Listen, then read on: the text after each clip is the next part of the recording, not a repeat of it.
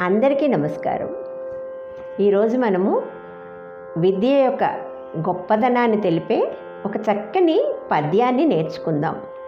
నచోరహార్యం నచరాజహార్యం నభ్రాతృభాజ్యం నచభారకారి వ్యయే కృతే వర్ధతయేవ నిత్యం విద్యాధనం సర్వధన ప్రధానం.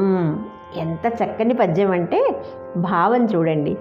మన దగ్గర ఉన్న విద్య అనే ధనము దొంగలు దొంగిలించలేరు, రాజులు బలవంతంగా తీసుకోలేరు, అన్నదమ్ములు వాటాలు అడగరు.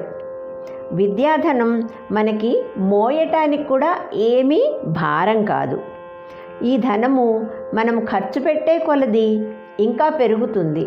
అంటే ఇతరులకు బోధించే కొలది మన జ్ఞానం ఎంతో వృద్ధి అవుతూ ఉంటుంది, ఎట్టి పరిస్థితిలోనూ తరగదు.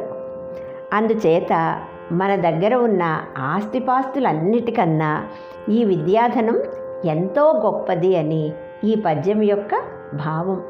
ఇంత చక్కటి పద్యాలు మనం నేర్చుకుందాం, మన పిల్లలకి నేర్పించి వాటి అర్థాన్ని వివరిద్దాం. ధన్యవాదములు.